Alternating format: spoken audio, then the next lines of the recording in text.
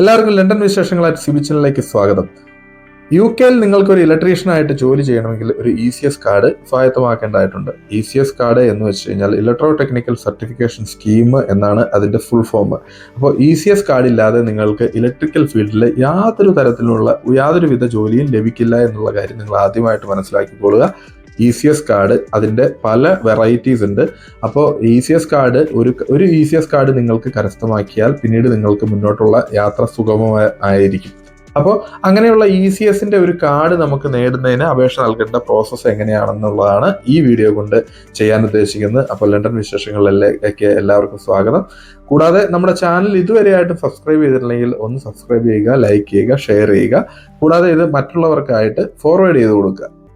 നിങ്ങൾക്ക് എല്ലാവർക്കും അറിയാവുന്ന പോലെ UK-ൽ നമ്മൾ എന്ത് പരിപാടിക്ക് ഇറങ്ങിയാലും നമ്മൾ അതിൻ്റെ അകത്തൊരു ലോഗിൻ അക്കൗണ്ടും പാസ്വേഡും ക്രിയേറ്റ് ചെയ്യേണ്ടതായിട്ടുണ്ട്. അപ്പോൾ ECS എന്ന് ഗൂഗിളിൽ അടിച്ചു കൊടുക്കുക.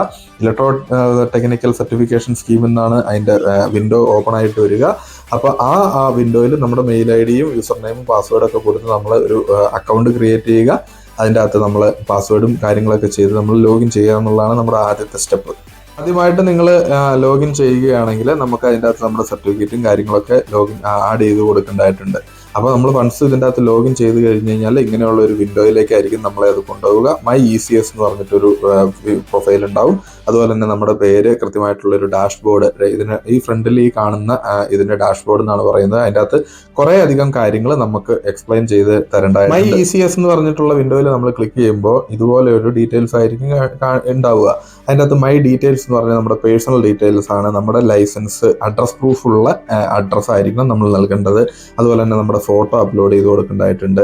അതുപോലെ തന്നെ ബേസിക് ആയിട്ടുള്ള ജനറൽ കാര്യങ്ങൾ, നമ്മുടെ mobile number, mail ID, photo, address, വീട്ടഡ്രസ്സ്, ഇത്രയും കാര്യങ്ങൾ.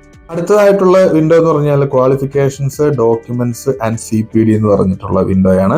ഈ ക്വാളിഫിക്കേഷൻസ് ആൻഡ് ഡോക്യുമെന്റ്സ് എന്ന് പറഞ്ഞു കഴിഞ്ഞാൽ UK-ലെ വിദ്യാഭ്യാസം ഉണ്ടെങ്കിൽ നിങ്ങൾ UK-ലെ വിദ്യാഭ്യാസത്തിന്റെ ക്വാളിഫിക്കേഷനാണ് അവിടെ സെലക്ട് ചെയ്യേണ്ടത്. അല്ലെങ്കിൽ നിങ്ങൾ നാറിക്ക് ചെയ്തിട്ട് നിങ്ങൾക്ക് കിട്ടുന്ന ക്വാളിഫിക്കേഷൻ എന്താണെന്ന് വെച്ച് കഴിഞ്ഞാൽ ആ ക്വാളിഫിക്കേഷൻസ് നമ്മുടെ അവിടെ ലിങ്കിൽ നമ്മൾക്ക് ആ ടേമുകൾ അടിച്ചു കൊടുത്തു കഴിഞ്ഞാൽ അവിടെ ലഭിക്കും. അതിൻ്റെ അകത്ത് നമുക്ക് ക്ലിക്ക് ചെയ്യുക, സെലക്ട് ചെയ്യുക. അതിനുശേഷം നമുക്ക് ആ ക്വാളിഫിക്കേഷൻസിലുള്ള നമ്മുടെ കയ്യിലുള്ള ഡോക്യുമെന്റ് എന്താണെന്ന് വെച്ച് കഴിഞ്ഞാൽ നമ്മൾ ഡോക്യുമെന്റ് അപ്ലോഡ് ചെയ്ത് കൊടുക്കുക. അതൊരു ക്വാളിഫിക്കേഷൻ ആണ്. നിങ്ങൾക്ക് അതർ UK നാഷണാലിറ്റീസിന് ഡോക്യുമെന്റ്സ് എന്തെങ്കിലും ഇപ്പോൾ നമ്മളൊക്കെ പുറത്ത് പഠിച്ചവരാണെങ്കിൽ അതർ UK നാഷണാലിറ്റീസിന്റെ എഡ്യൂക്കേഷൻ എന്തൊക്കെയാണെന്ന് വെച്ച് കഴിഞ്ഞാൽ സർട്ടിഫിക്കറ്റുകൾ നമ്മൾ നാരിക്ക് ചെയ്തതിന് ശേഷം നമ്മൾ ആ നമ്പർ വെച്ചിട്ട് നമ്മൾ ഇതിലേക്ക് ആ ഒരു ക്വാളിഫിക്കേഷൻ അടിച്ചു കൊടുത്ത് നമുക്ക് സെലക്ട് ചെയ്ത് അപ്ലോഡ് ചെയ്ത് കൊടുക്കാവുന്നതാണ്. പിന്നീടുള്ളത് ഈ ECS അസസ്മെന്റിൽ വരുന്നത് എന്താണെന്ന് വെച്ചാൽ ഹെൽത്ത് ആൻഡ് സേഫ്റ്റി അസസ്മെന്റ് ആണ്. നമ്മളത് ഓൺലൈനിൽ പഠിച്ച് നമ്മൾ ആ ഒരു എക്സാം പാസ്സായതിനു ശേഷം ഇതിൽ നിന്ന് തന്നെയുള്ള ഫീസ് അടച്ച് നമ്മൾ കഴിയുമ്പോൾ നമുക്ക് ആ അസസ്മെന്റ് പാസ് എന്ന് പറഞ്ഞിട്ട് ഗ്രീൻ കളറിലേക്ക് മാറും. My endorsement, card applications, my ECS cards, നമുക്ക് ഒന്നിൽ കൂടുതൽ ECS കാർഡുകൾ ഉണ്ടെങ്കിൽ അത്, പിന്നെ പേയ്മെന്റിന്റെ ഡീറ്റെയിൽസ് എന്നുള്ള കാര്യങ്ങളാണ്, ഇത്രയും കാര്യങ്ങളാണ് അതിൻ്റെ അകത്ത് ഉണ്ടാവുക. പിന്നീട് നമ്മൾ അതിൻ്റെ അകത്ത് ഫസ്റ്റ് മൈ കാർഡ് ആപ്ലിക്കേഷൻ എന്നുള്ള വിൻഡോയിൽ നമ്മൾ ക്ലിക്ക് ചെയ്ത് കഴിയുമ്പോൾ ഇങ്ങനെ ഒരു പോർട്ട്ഫോളിയോ കാണിക്കും. നമുക്ക് അതിൻ്റെ അകത്ത് ഈ എന്തൊക്കെയാണ് ആ ഒരു ടേംസ് ആൻഡ് കണ്ടീഷൻസ് ആണ് ഈ കാണുന്നതെല്ലാം. ഇതെല്ലാം വായിച്ച് നോക്കി കഴിഞ്ഞ് കഴിഞ്ഞാൽ നിങ്ങൾക്ക് മനസ്സിലാകാൻ പറ്റും നമ്മൾ ഏത് കാർഡിനാണ് അപ്ലൈ ചെയ്യേണ്ടത്, എന്തെല്ലാം സ്കിൽസ് ആണ് നമുക്ക് വേണ്ടത് എന്നുള്ള കാര്യങ്ങളെല്ലാം അതിൽ കൃത്യമായിട്ട് പറഞ്ഞിട്ടുണ്ട്. നമ്മൾ ഇതിൻ്റെ താഴെ ഒരു ചെക്ക് ബോക്സ് ഉണ്ട്. നമ്മൾ ഈ പറഞ്ഞ കാര്യങ്ങളെല്ലാം എഗ്രി ആൻഡ് പ്രൊസീഡ് എന്ന് പറഞ്ഞു കഴിഞ്ഞിട്ട് ഇതിൻ്റെ ഏറ്റവും താഴത്ത് നമ്മൾ കാണുന്നുണ്ട്. അവിടെ നമ്മൾ ടിക്ക് കൊടുത്തതിന് ശേഷം കൺഫേം കൊടുത്തു കഴിഞ്ഞ് കഴിഞ്ഞാൽ നമുക്ക് മുന്നോട്ടേക്ക് ആപ്ലിക്കേഷൻ പ്രോസസ്സ് സ്റ്റാർട്ട് ചെയ്യാവുന്നതാണ്. ഇവിടെയാണ് നമുക്ക് ഏത് കാർഡാണ് സെലക്ട് ചെയ്യേണ്ടത്. I wish to apply for my first craft or related disciplines card എന്നുള്ള ഓപ്ഷൻ ഉണ്ട്. I wish to apply for my first managerial card എന്നുള്ളതുണ്ട്. പിന്നെ apply for first non JIB registered apprentice card എന്ന് പറഞ്ഞിട്ട് ഇങ്ങനെ 3 ഓപ്ഷനുകളാണ് അതിൻ്റെ അകത്തുള്ളത്. അപ്പോൾ നമ്മൾ സാധാരണ ഒരു ECS കാർഡിന് അപേക്ഷ കൊടുക്കുന്ന വ്യക്തി ഫസ്റ്റ് ആപ്ലിക്കേഷനാണ് കൊടുക്കേണ്ടത്. അല്ലെങ്കിൽ ഇവിടെ മാനേജീരിയൽ ലെവലിലുള്ള ഒരു പോസ്റ്റിലേക്കാണ് അപ്ലൈ ചെയ്യുന്നത്, അങ്ങനെയുള്ള ഒരു കാർഡ്, വൈറ്റ് കാർഡിനൊക്കെ വേണ്ടിയിട്ടാണ് അപ്ലൈ ചെയ്യുന്നതെങ്കിൽ I wish to apply for my first managerial card എന്നുള്ളതിനാണ് അതാണ് സെലക്ട് ചെയ്യേണ്ടത്. അപ്പോൾ ഏത് കാർഡ് നിങ്ങൾക്ക് സെലക്ട് ചെയ്യണം എന്നുള്ളത് നിങ്ങളുടെ പ്രിഫറൻസ്, നിങ്ങളുടെ എഡ്യൂക്കേഷൻ അനുസരിച്ചിട്ടിരിക്കും. അപ്പോൾ നമ്മൾ അതിൽ ആ ഒരു പർട്ടിക്കുലർ പോയിന്റിൽ നമ്മൾ ഏത് കാർഡാണ് സെലക്ട് ചെയ്ത് കഴിഞ്ഞ് കഴിഞ്ഞാൽ അത് നമ്മൾ റൂട്ട് ചെയ്ത് കൊണ്ടുവന്ന് ഇങ്ങനെയുള്ള ഒരു വിൻഡോയിലേക്കായിരിക്കും. ആപ്ലിക്കേഷൻ പ്രോസസ്സ് സ്റ്റാർട്ട് ചെയ്യുമ്പോൾ ഇങ്ങനെ ഒരു ലൈനിൽ കാര്യങ്ങളുണ്ടാവും. ആപ്ലിക്കേഷൻ ഡീറ്റെയിൽസ്, ആളുകളുടെ ഫോട്ടോ, പേഴ്സണൽ ഡീറ്റെയിൽസ് ഒക്കെ നമ്മൾ പറഞ്ഞല്ലോ. അങ്ങനെയുള്ള കാര്യങ്ങളെല്ലാം വീണ്ടും അതിൻ്റെ അകത്ത് കാണിക്കും. പിന്നീട് നമ്മുടെ ക്വാളിഫിക്കേഷൻസും ഇതാണ് ഹെൽത്ത് ആൻഡ് സേഫ്റ്റി, എൻവയോൺമെന്റൽ അവയർനെസ്. ഹെൽത്ത് ആൻഡ് സേഫ്റ്റി നിങ്ങൾ എക്സാം പാസ്സായിട്ടുണ്ടെങ്കിൽ ഇവിടെ ഇങ്ങനെ ഗ്രീൻ കളറിലായിട്ട് നിങ്ങൾക്ക് ഉണ്ടാവും. കാണാനായിട്ട്. നമ്മൾ ആദ്യമേ പറഞ്ഞു ക്വാളിഫിക്കേഷൻസ് എല്ലാം അപ്ലോഡ് ചെയ്ത് കൊടുക്കണം. ഇനി നമുക്ക് ക്വാളിഫിക്കേഷൻസ് എന്താണെന്നുള്ളത് വെച്ച് കഴിഞ്ഞാൽ ഇവിടെ നമുക്ക് ആഡ് അനദർ എന്ന് പറഞ്ഞിട്ട് കൊടുക്കാൻ പറ്റും. അപ്പോൾ നമുക്ക് ഉള്ള ക്വാളിഫിക്കേഷൻ എന്താണ് എന്നുള്ളത് നമ്മളിവിടെ ഓരോ കാര്യങ്ങൾ ഫില്ല് ചെയ്ത് കൊടുക്കുക. അതിൻ്റെ അകത്തുള്ള ഡോക്യുമെന്റ്സ് നമ്മൾ അപ്ലോഡ് ചെയ്ത് കൊടുക്കുക. അത് നമുക്ക് വൺസ് നമ്മൾ അപ്ലോഡ് ചെയ്ത് കഴിഞ്ഞാൽ അവർ റിവ്യൂ ചെയ്തിട്ട് അത് ഗ്രീൻ കളറിലോട്ട് മാറ്റും. അപ്പോൾ നമ്മുടെ സ്റ്റെപ്പ് എന്ന് പറഞ്ഞു കഴിഞ്ഞാൽ നമ്മൾ ഇതുപോലെ ഓരോ പോയിന്റ് റെഗുലേഷൻസ് എന്താണ്, ബ്രിട്ടീഷ് സ്റ്റാൻഡേർഡ്, സിറ്റി ആൻഡ് ഗിൽസിന്റെ റെഗുലേഷൻസ് നമ്മൾ 18th എഡിഷൻ നേടിയിട്ടുണ്ടെങ്കിൽ അത്. പിന്നീടുള്ള കാര്യം എന്ന് വെച്ച് കഴിഞ്ഞാൽ നമ്മൾ ഏത് ക്രാഫ്റ്റിലാണ് നമ്മൾ അപ്ലൈ ചെയ്യുന്നത് എന്നുള്ളതാണ് അടുത്ത പോയിന്റ്. അപ്പോൾ നമ്മൾ റെഗുലേഷൻസ്, സേഫ്റ്റി അവയർനെസ് കൊടുത്തു, പിന്നെ നമ്മുടെ ക്വാളിഫിക്കേഷൻസ് കൊടുത്തു, 18th എഡിഷണൽ എക്സ്പീരിയൻസ് ഉണ്ടെങ്കിൽ നമ്മൾ അത് കൊടുത്തു. അതിനുശേഷം craft, main occupation and grading choice. ഈ ഒരു പർട്ടിക്കുലർ ഏരിയയിലാണ് പലർക്കും കൺഫ്യൂഷൻ ആവുക.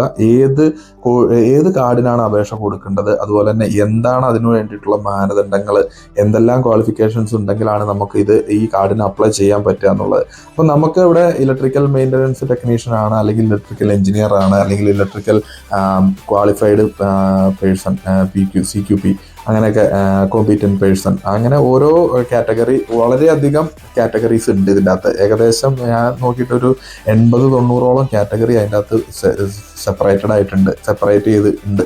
അപ്പോൾ നമ്മളത് ശരിക്കും പറഞ്ഞു കഴിഞ്ഞാൽ ഒരു സെലക്ട് ഒക്കുപ്പേഷൻ എടുക്കുക. നമ്മൾ അതിൻ്റെ അകത്ത് നമുക്ക് ഇലക്ട്രിക്കൽ ആണെങ്കിൽ ഇലക്ട്രിക്കൽ എന്ന് പറഞ്ഞു കഴിഞ്ഞിട്ട് നമ്മൾ സെലക്ട് ചെയ്ത് ചുമ്മാ ടാപ്പ് ചെയ്ത് കഴിയുമ്പോൾ ആ ഇലക്ട്രിക്കൽ ഡിസിപ്ലിൻ്റെ കീഴിൽ വരുന്ന ഏതെല്ലാം ടൈപ്പ് കാർഡുകളുണ്ടോ ആ കാർഡുകളെ കുറിച്ച് ഫുള്ളുണ്ട്.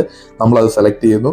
അത് സെലക്ട് ചെയ്ത് കഴിയുമ്പോഴുള്ള ഗുണം എന്ന് വെച്ച് കഴിഞ്ഞാൽ നമുക്കിടെ വിദ്യാഭ്യാസം, മുകളിൽ നമ്മൾ നൽകിയിരിക്കുന്ന ക്വാളിഫിക്കേഷൻ അനുസരിച്ചിട്ട് ഈ കാർഡിന് നമ്മൾ എലിജിബിൾ ആണെങ്കിൽ നമുക്കത് ഗ്രീനിലേക്ക് മാറും, അല്ലെങ്കിൽ ഇപ്പോൾ ഈ മുകളിൽ കാണുന്ന പോലെ റെഡ് കളറിൽ ഉണ്ടാവും.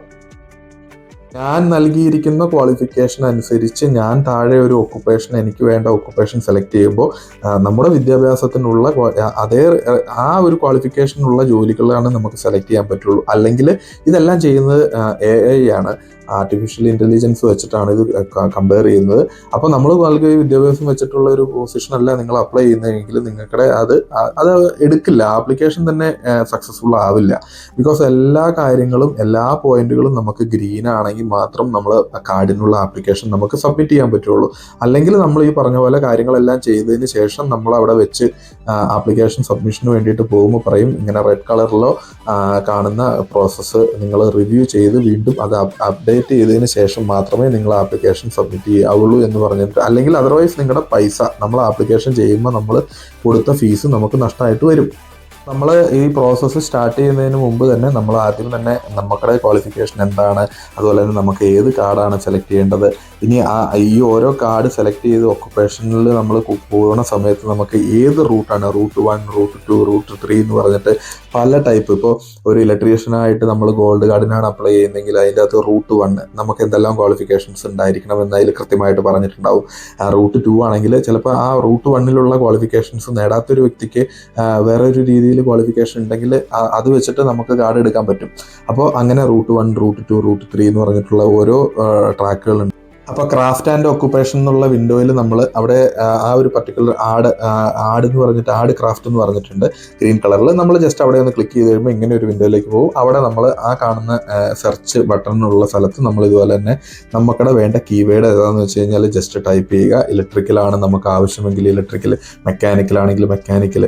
അതുപോലെ ഈ ECS കാർഡിന് വേണ്ടിയിട്ടുള്ള ഏതെല്ലാം വിഭാഗങ്ങൾക്ക് ECS കാർഡുണ്ടോ ആ കാർഡിനൊക്കെ വേണ്ടിയിട്ടുള്ള നമുക്ക് കീവേഡുകൾ നമ്മൾ ജസ്റ്റ് അവിടെ അടിച്ചു കൊടുത്തു കഴിഞ്ഞാൽ അതിൻ്റെ കീഴിലുള്ള ലിസ്റ്റ് ഓഫ് ജോബ് ക്രാഫ്റ്റുകളുടെ ലിസ്റ്റ് നമുക്ക് കാണാനായിട്ട് സാധിക്കും. അപ്പോൾ ഇങ്ങനെ ഒരു സംഭവത്തിൽ വരും. അപ്പോൾ അതിൻ്റെ അകത്തുള്ള ഓരോ പ്ലസ്സിൽ നമ്മൾ ഞെക്കിക്കഴിഞ്ഞാലും ആ ഒരു പ്ലസിൻ്റെ കീഴിൽ എന്തെല്ലാം കാര്യങ്ങളുണ്ടെന്ന് നമുക്ക് കാണാനായിട്ട് സാധിക്കും. ജസ്റ്റ് ഒരു അപ്രന്റീസസ് എന്ന് പറഞ്ഞിട്ടുള്ള ഒരു പോയിന്റിൽ ക്ലിക്ക് ചെയ്യുമ്പോൾ തന്നെ നിങ്ങൾക്ക് നോക്കിയാൽ കാണാൻ പറ്റും എന്തെല്ലാം ടൈപ്പ് അപ്രന്റീസുകൾ ഉണ്ട് എന്നുള്ളത് അതിൽ കാണാനായിട്ട് സാധിക്കും. ഇനി അതിൻ്റെ താഴെ നമ്മൾ ഇലക്ട്രിക്കൽ എന്ന് വെച്ച് കഴിഞ്ഞിട്ടുള്ള ഒരു പോയിന്റിൽ നിങ്ങൾ ക്ലിക്ക് ചെയ്ത് കഴിയുമ്പോൾ എന്തെല്ലാം installation electrician, graded as electrician, പിന്നെ ഇനിയിപ്പോൾ do not want to be graded, gold card വേണ്ട, അപ്രൂവ്ഡ് ഇലക്ട്രീഷ്യൻ, ഇൻസ്റ്റലേഷൻ ഇലക്ട്രീഷ്യനിൽ തന്നെ എത്രത്തോളം സൈറ്റ് ടെക്നീഷ്യൻ, ഇൻസ്റ്റലേഷൻ ടെക്നീഷ്യൻ, അങ്ങനെ. ഇനി അങ്ങോട്ടേക്ക് നമ്മൾ താഴോട്ട് പോകുന്തോറും മെയിൻ്റനൻസ് ഇലക്ട്രീഷ്യൻ, മെയിൻ്റനൻസിൽ ഏതെല്ലാം ടൈപ്പ് ഇലക്ട്രീഷ്യൻ ഉണ്ടെന്നുള്ളതാണ് അടുത്തത്. Approved maintenance technician. അതാണ് ഞാൻ പറഞ്ഞ ECS കാർഡ്. നമുക്ക് ഒന്നിൽ കൂടുതൽ കാർഡുകൾ വൺസ് ഒരു തവണ നമ്മളൊരു കാർഡ് നേടി അത് കഴിഞ്ഞ് നമ്മൾ വേറൊരു ക്വാളിഫിക്കേഷനും കൂടി നേടുവാണെങ്കിൽ അതനുസരിച്ച് മാറ്റാൻ പറ്റും. ഡൊമസ്റ്റിക് ഇലക്ട്രീഷ്യൻ, ആയിട്ടുള്ള ഡൊമസ്റ്റിക് ഇലക്ട്രീഷ്യനിൽ തന്നെ നിങ്ങൾക്ക് domestic electrician labourer, electrician worker. അപ്പോൾ ഇതിൻ്റെ അകത്തൊക്കെ നമ്മൾ ഏതെങ്കിലും electrical fitter, electrical wireman, panel builder, നമുക്കിടെ ജോലിനെ അത്രയധികം കാറ്റഗറൈസ് ചെയ്തിട്ടുണ്ട്. ഈ കാറ്റഗറൈസ് ചെയ്തിരിക്കുന്ന പർട്ടിക്കുലർ ആയിട്ടുള്ള ഏത് ഫീൽഡിലാണ് നിങ്ങൾക്ക് എക്സ്പീരിയൻസ് എന്ന് വെച്ച് കഴിഞ്ഞാൽ ആ എക്സ്പീരിയൻസ് വെച്ചിട്ടായിരിക്കണം നിങ്ങൾ കാർഡിന് അപ്ലൈ ചെയ്തിട്ടത്. അതുപോലെ തന്നെ മറൈൻ ഇലക്ട്രീഷ്യൻ എന്ന് പറഞ്ഞിട്ട് ഒരു വേറെ വിഭാഗമാണ്. നമ്മുടെ നാട്ടിൽ നമ്മളൊരു ഇലക്ട്രീഷ്യൻ പഠിച്ചു കഴിഞ്ഞാൽ നമുക്ക് എല്ലാ ഇലക്ട്രീഷ്യൽ ജോലികളും ചെയ്യാം. പക്ഷേ ഇവിടെ അങ്ങനെ ചെയ്യാനായിട്ട് സാധിക്കില്ല. അതുകൊണ്ടാണ് നമ്മൾ പറയുന്നത് ECS കാർഡ് ഇല്ലാതെ നിങ്ങൾ വേറെ ഒരു ജോലികൾ ചെയ്ത് ബുദ്ധിമുട്ടുകളുള്ള കാര്യങ്ങൾ നിങ്ങൾ നേടിയെടുക്കരുത്. കാരണം വൺസ് ഒരു തവണ നമ്മൾ റെക്കോർഡഡ് ആയി കഴിഞ്ഞാൽ പിന്നീട് നമുക്ക് അങ്ങോട്ടേക്ക് ഇതുപോലെയുള്ള ആപ്ലിക്കേഷൻ പ്രോസസ്സിലൊക്കെ പോകുമ്പോൾ നമ്മൾ ഡീബാർഡ് ആയേക്കുന്ന വ്യക്തിയാണെങ്കിൽ അങ്ങനെ നമുക്ക് കാർഡുകൾ ലഭിക്കില്ല. പിന്നീട് നിങ്ങൾ നോക്കി കാണാൻ പറ്റും instrument mechanic, instrument electrician, approved instrument fitter, electrical instrument technician, അങ്ങനെ. ഇനി എഞ്ചിനീയറിംഗ് മെയിൻ്റനൻസിലുള്ള വ്യക്തിയാണെങ്കിൽ engineering maintenance, electrical engineered systems, service maintenance, servicing medical equipment, ഓരോത്തിനും കാറ്റഗറിയാണ്. ഇനി ഫയർ ആൻഡ് എമർജൻസിയിലുള്ളതാണെങ്കിൽ FESS system operative, fire security, fire assembly, fire emergency, fire security, അങ്ങനെ എന്തെല്ലാം കാറ്റഗറിയാണ് ഇവിടെ ചെയ്തേക്കുന്നത്. അപ്പോൾ നിങ്ങൾ പഠിക്കുന്ന ഒരു ക്വാളിഫിക്കേഷൻ, നിങ്ങളൊരു ഇലക്ട്രീഷ്യൻ ആണ് അല്ലെങ്കിൽ ഇലക്ട്രിക്കൽ ഒരു ജോലിയാണ് എങ്കിൽ പോലും അതിൻ്റെ അകത്ത് നിങ്ങൾ എത്രയധികം കാറ്റഗറൈസ് ചെയ്തിട്ടുണ്ടെന്ന് നിങ്ങളൊന്ന് വായിച്ചു നോക്ക്. ആപ്ലിക്കേഷൻ പ്രോസസ്സിൽ നമ്മൾ നൽകിയിരിക്കുന്ന ക്വാളിഫിക്കേഷൻസ് ഉണ്ടല്ലോ, ആ ക്വാളിഫിക്കേഷൻസ് എത്രത്തോളം ആപ്റ്റ് ആണ് എന്നുള്ളത് അനുസരിച്ചിട്ടാണ് നമ്മളിവിടെ ക്രാഫ്റ്റ് സെലക്ട് ചെയ്യുന്ന സമയത്ത് അതിൽ ഗ്രീൻ കാർഡിലേക്ക് മാറുകയുള്ളൂ.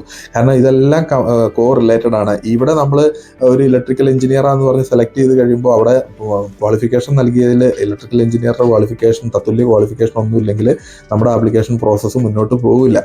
കേബിളിങ്, ഇപ്പോൾ കേബിൾ ജോയിനറൊക്കെ ആയിട്ട് വന്നേക്കണ പലരും ഗ്രൂപ്പിൽ ചോദിച്ചിട്ടുണ്ട്, ചേട്ടാ ഞാനിങ്ങനെ ഗൾഫിൽ കേബിൾ ജോയിനർ ആയിരുന്നു, എനിക്കെങ്ങനെ. അപ്പോൾ ഈ ഇങ്ങനെ കേബിൾ ജോയിനർ ആയിട്ടുള്ളവരും കേബിൾ ഫോർമാന് അതിനൊക്കെ നമുക്ക് വേണ്ടത് ECS കാർഡുകളാണ് എടുക്കേണ്ടത്. LV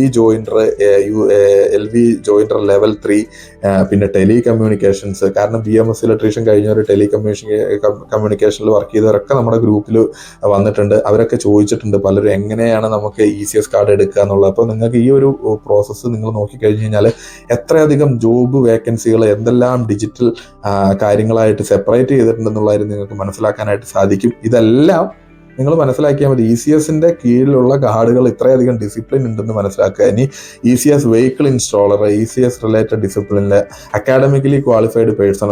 സത്യം പറഞ്ഞു കഴിഞ്ഞാൽ നാട്ടിൽ നിന്ന് BTech ഒക്കെ കഴിഞ്ഞവർക്ക് അല്ലെങ്കിൽ ഡിപ്ലോമ കഴിഞ്ഞവർക്കൊക്കെ അക്കാഡമിക്കലി ക്വാളിഫൈഡ് പേഴ്സൺ എന്ന് പറഞ്ഞിട്ടുള്ള building service, communications, control, power electronics, electrotechnical, എൻവയോൺമെന്റൽ, അങ്ങനെയൊക്കെ ഉള്ള കാർഡുകൾ എടുക്കാൻ പറ്റും. നമ്മുടെ സോളാർ പാനലിൽ വർക്ക് ചെയ്യുന്ന നമ്മുടെ ഒരു സുഹൃത്ത് അക്കാഡമിക്കലി ക്വാളിഫൈഡ് പേഴ്സൺ എന്ന് പറഞ്ഞിട്ടുള്ള കാർഡാണ് ഇവിടെ നിന്ന് സ്വായത്തമാക്കിയത്.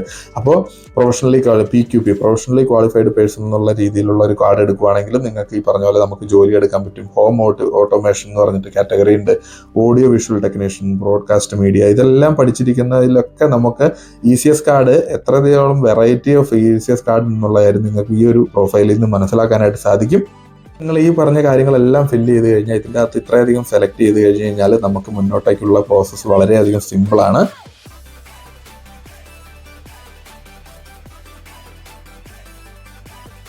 നമ്മുടെ ക്വാളിഫിക്കേഷൻസും കാര്യങ്ങളൊക്കെ ചെയ്ത് കഴിഞ്ഞ് കഴിഞ്ഞാൽ ഇതുപോലെ തന്നെ നമ്മുടെ ബാക്കിലെ വിൻഡോയിലേക്ക് നമ്മൾ പോകും. ബിഫോർ സബ്മിഷന് നിങ്ങൾ എല്ലാ കാര്യങ്ങളും ക്രോസ് ചെക്ക് ചെയ്തോളുക, റിവ്യൂ ചെയ്തോളുക. റിവ്യൂ ചെയ്തതിന് ശേഷം നമ്മൾ ആപ്ലിക്കേഷൻ പ്രോസസ്സിലോട്ട് പോകുമ്പോൾ അവർ നമ്മുടെ അടുത്ത് പറയുന്നുണ്ട് കൃത്യമായിട്ട് നിങ്ങൾ റിവ്യൂ ചെയ്തതിന് ശേഷം നിങ്ങൾ വായിച്ചു നോക്കിയതിന് ശേഷം പേയ്മെൻറ്റ് ചെയ്യുക, അല്ലെങ്കിൽ നിങ്ങളുടെ പേയ്മെൻറ്റ് ലോസ് ആയി പോകും എന്നുള്ള കാര്യം. കാരണം നമ്മൾ ഈ പ്രോസസ്സ് ചെയ്യുന്ന സമയത്ത് നമ്മുടെ ആപ്ലിക്കേഷനിലെല്ലാം ഗ്രീൻ ആണെങ്കിൽ മാത്രം നമ്മൾ മുന്നോട്ട് പോകാനായിട്ട് ശ്രമിക്കുക.